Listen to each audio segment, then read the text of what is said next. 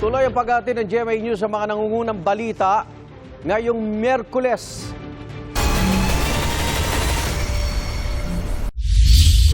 Hanggang ngayong araw na lang pwedeng magsesyon ng Senado bago mag-adjourn ng Kongreso sa Biyernes, June 5. Sa Hulyo na ang balik sesyon. Pero 2 araw nang hindi pumapasok sa sesyon ang majority na pinamumunuan ni Senate President Alan Peter Cayetano, kaya pinagre-resign na siya ng Senate minority. Sabi naman ni Cayetano na may personal ang minority. May unang balita si Sandra Aguinaldo. Senate President Alan Peter Cayetano should resign as he has shown that he cannot function as the leader of the Senate anymore. Yan ang panawagan ng minorya sa ikalawang araw ng di pagsipot ng mayorya sa sesyon ng Senado. Giit ng minorya sa kanilang joint statement, nilabag umano ang Rule 14, Section 41 ng Senate Rules, kung saan dapat kumonsulta sa majority leader at minority leader ang Senate President kung pagpapaliban ng sesyon. This is not merely a procedural lapse. It is a direct violation of the rules of the Senate and a serious disrespect for the institution and the Filipino people. Alas 3 ng hapon dapat ang simula ng sesyon pero walang nagpakitang majority senator sa plenaryo. Bandang 3:19 p.m., nag-Facebook Live si Senate President Alan Peter Cayetano.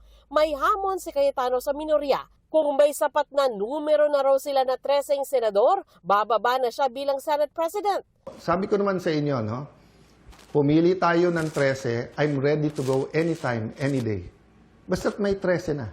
Show me 13, wala nang problema. Ipinaliwanag din ni Cayetano kung bakit wala ang 11 majority senators sa sesyon. Aniya, paraan ito para hindi maapektuhan ang trabaho ng mga komite ng Senado, partikular ang Blue Ribbon Committee na nakatakdang magsagawa ng pagdinig sa flood control scandal sa Huwebes. Ginamit nila yung parliamentary tool na walk out para po hindi matuloy ang pag-change ng rules.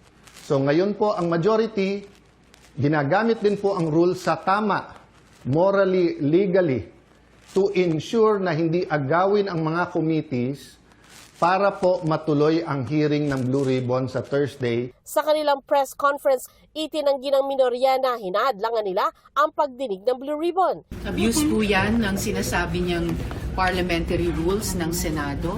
Hindi po namin hinahadlangan magpatuloy ang anumang pagdinig ng komite basta nasa tamang paraan. Muli ring iginiit ng minorya ang anilay mga panukalang hindi makausad dahil walang sesyon, gaya ng anti-hospital detention bill. Sa lahat ng nasa ospital na yon, na mga mahihirap natin mamamayan na hino-hostage ng ospital dahil di makabayad, kasalanan ni Alan Cayetano yan dahil ipapasa na sana namin ang batas na yan. Umapila ang minority senators sa mga kasamahan nila sa mayorya na magpakita na sila sa sesyon. Ako naniniwala, hindi naman lahat sa majority ay mga loko-loko. No? Meron pa rin sa kanilang mababait. So I appeal to those members of the majority na meron pang katinuan sa pag-iisip, pumasok naman kayo. Every day, ang Senate gumagastos ng 25 million sa kuryente, sa utilities, sa sweldo, pero walang session nangyari. Walang patas na na-approve. Ayon sa minorya, hindi Senate President lang ang pwedeng magbukas ng sesyon. We appeal to the rest of the members of the majority bloc. Huwag din si Senate President kasi we appeal to their sense of duty, of the responsibility. Kasi mukhang untenable na si SP kasi siya yung nagsasabi sa mga kasama namin na huwag mag-attend ng session. Under the rules, pag wala yung SP, pwede mag-preside ang pro temp. Pag wala yung SP and pro temp, pwede mag-preside ang majority leader. Pag wala yung tatlo, pwede mag-preside any of the two deputy majority leaders. Pag-aaralan ng minorya ang pagpapanagot sa majority senators para sa hindi pagdalo ng sesyon. The Constitution says that we should meet at 3 p.m. Monday, Tuesday, Wednesdays. As a matter of fact, even Thursday should be a working day also to those. We'll cross the bridge when we get there. We'll see. Pinahabol ko si Alan Peter Cayetano. Kung matapang ka, pumunta ka dito. Otherwise, duwag ka. Sana, pag Senate President ka, ikaw maging ehemplo ng iyong mga miyembro ng buong Senado. Unifier. Kaso siya masamang ehemplo. Bad influence, bad example, bad apple. Pasado alas 5 ng hapon, nag-Facebook Live si Cayetano. Sinagot niya ang sinabi ni Senador Raffy Tulfo. So, yung hamon mo, magpakita ako kung hindi tiduwa. Para po rin sinabi ang bawat senator, ikaw, maging independent ka o hindi, duwag ka. May paliwanag din si Cayetano tungkol sa pagpapatay umano ng aircon nung nasa floor ang minority senators. Yung pong centralized aircon, yung master switch or yung sa kuryente, nasa GSI gas yun at may nag-trip ng wire. Kaya around 6 o'clock, nagkaroon talaga ng problema sa aircon. So, hindi po namin gagawin sa inyo. Ukol sa anti-hospital detention bill, nag-walkout daw ang minorya kung kailan pwede nang talakayin ng bill. So, kanina naman ang nag-walk out nung last Tuesday. Willing na nung kami na i-take up yan. Lahat is sa side namin, we're ready. So, wag yung i-whiskey bintang one-sided. Dagdag ni Cayetano, pinepersonal umano siya. I've always treated you well, whether I'm close to you or not, whether you're in the minority, majority, and I will continue to treat all of you well. But kayo ang namimersonal. So let me ask the 11 majority who's asking me to resign up. Kahit na isa chorus, binigyan mo ako ng chance. Inibitahan din ni Cayetano ang mga taga-minorya na makipagpulong sa kanila kaugnay sa mga agam-agam sa pagdinig ng Blue Ribbon sa Huwebes. Sinabi ni Senador Erwin Tulfo, bukas sila na magpunta sa hearing sa Huwebes. Pero pag-usapan natin sino-sino magkukumpos yan. Okay, dapat balance. Merong mga member ng minority, huwag yung puro majority. Inilantad din ni Tulfo ang 4 na kasamahan nila sa minorya na sinuyo umano para tumalon sa mayorya. Yes, kinakausap namin. Sumanib na kayo dito sa amin. Ganon din naman po sila, Miss Vicky. May kinakausap silang 4 sa amin na sumanib sa kanila. Sino po yung 4 na kinakausap mula po sa inyo? Sa minority po, ito po, sa minority po, kinakausap po nila, gusto po nila na lumipat po si Senator Lapid, si Senator JB, kami pong magkapatid na Tulfo Brothers na sumama po sa majority. Inoferan din po kami ng komite. Lumipat po kaming 4 para ika nga, ilan sila dati? 13 para maging 17 po sila plus 4. Hindi naman po kami pumayag. At kaugnay naman sa mga taga-mayorya na sinusuyo para lumipat sa minorya. Mga senior members po namin ng mga may kausap po doon, mga kaibigan naman po nila, nakasama. Tama po yun, si Senator Jinggoy na, pare baka gusto mo lumipat na dito sa amin. Yung pong isa sa alam ko na kinakausap, si Senadora Lore, kinakausap din. Dahil magkakaibigan naman po yan, magkakasama sila 17th, 18th, 19th Kongreso. Magbabarkada na po yan, nagkaiba lang po ng bakod. Ito ang unang balita. Sandra Aguinaldo, GMA News. Dapat daw ikabahala ng mga Pilipinong naniniwala sa demokrasya ang mga nangyayari ngayon sa Senado, ayon kay Vice President Sara Duterte. Nakikita natin kung paano ginagamit ang mga institusyon ng gobyerno at ang pera ng taong bayan laban sa anumang oposisyon.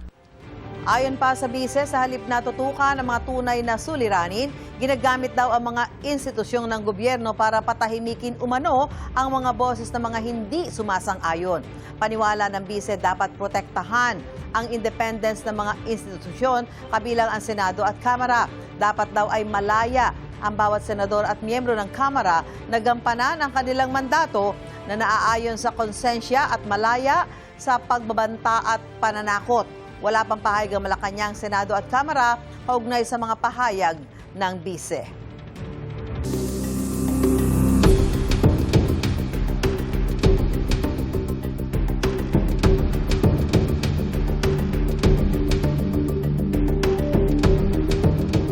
Pinapapasura ni Vice President Sara Duterte ang impeachment laban sa kanya dahil hindi raw akma sa konstitusyon ang articles of impeachment nito. Pinalaga naman ito ng House Prosecution Team at ayon sa isang eksperto, hindi pwedeng ibasura ng Senate Impeachment Court ang isang reklamo ng hindi nililitis. May unang balita si Jonathan Andan.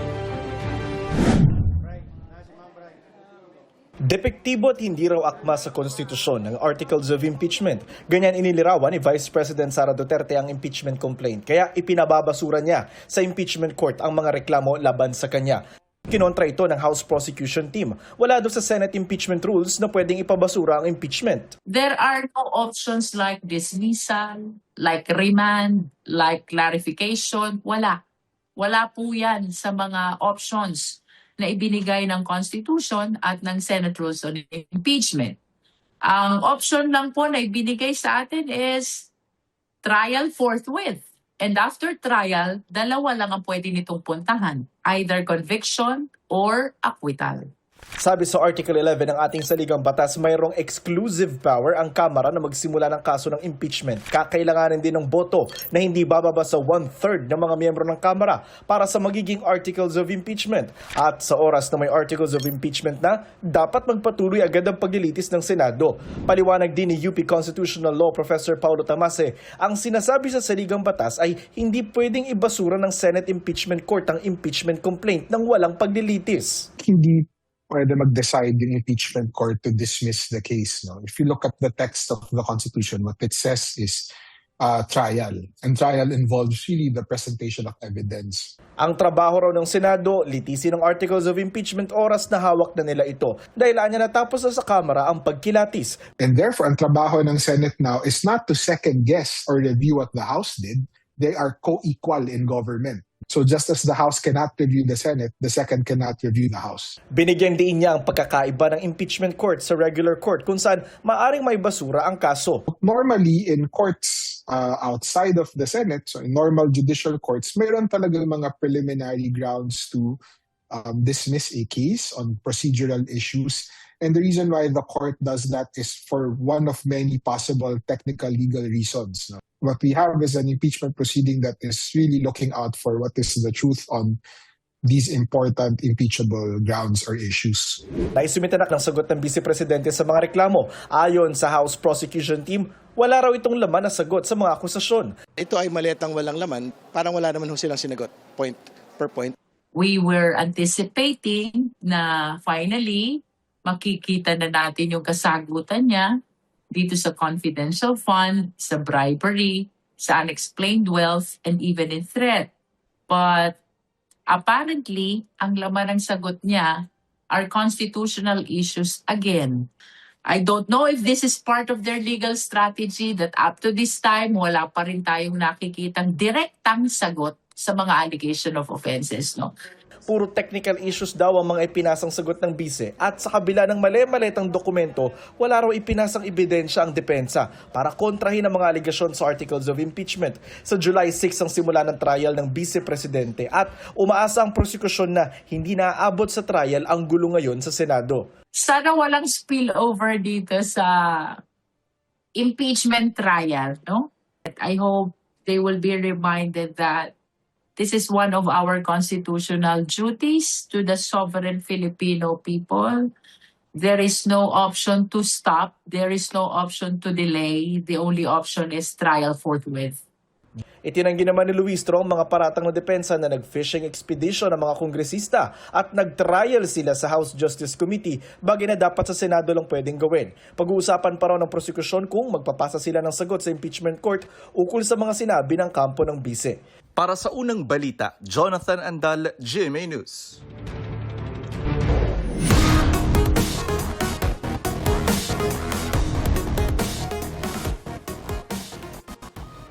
Matumal pa ang bentahan ng ilang school supplies sa Divisoria kahit mababa ang presyo nito.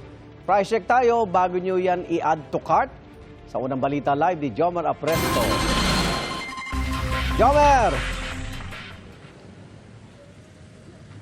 Igan, good morning. Ilang araw bago ang pasukan, hindi pa raw ganon karami ang namimili ng school supplies dito sa Ilaya sa Divisoria sa Maynila. Medyo matumal pa raw ang bentahan ng school supplies sa Ilaya, Divisoria. Ayon sa tinderang si Benja, noong ikalawang linggo pa ng Mayo sila nagsimulang magbenta ng mga ito. Mababa pa rin daw ang presyo ng ilang school supplies kumpara noong nakaraang taon. Base sa price list dito sa Ilaya, mabibili ng 15 hanggang 35 pesos ang kada piraso ng notebook para sa elementary hanggang senior high school. Nasa 230 pesos naman ang notebook para sa college. Ang mga Crayola nasa 50 hanggang 80 pesos. Nasa 10 pesos ang ballpen, pero kung bundle, mabibili ang 4 na piraso sa halagang 25 pesos. Nasa 15 pesos naman ang mga lapis, 100 pesos kung isang dosen ang bibilhin. May iba't ibang sukat din ng gunting dito na mabibili ng 15 pesos hanggang 70 pesos. Sabi ni Benjan, bagamat murang kanilang paninda, tinitiyak naman daw nilang safe o ligtas itong gamitin ng mga bata. Kung wala pang bag ang inyong mga anak, meron din sa Ilaya na mabibili ng 150 hanggang 250 pesos sa mga backpack. Nasa 500 pesos naman yung may gulong. Mayroon din mga black shoes dito na mabibili ng 400 hanggang 500 pesos. Hindi naman po na masyado matumal, pero hindi rin po masyado mabenta. Yung iba kasi wala pang binigay ng teacher, kaya yung iba pa iba-iba na lang. Na pakunti-kunti lang, mga binibili, mga bubot lang. Igan, sabi ng ilang tinderang nakausap natin, maiging bumili na ngayon dahil posible raw tumaas ang presyo ng mga school supplies habang papalapit ang pasukan. At yan ang unang balita, ko po si Jomer Apresto para sa GMA News.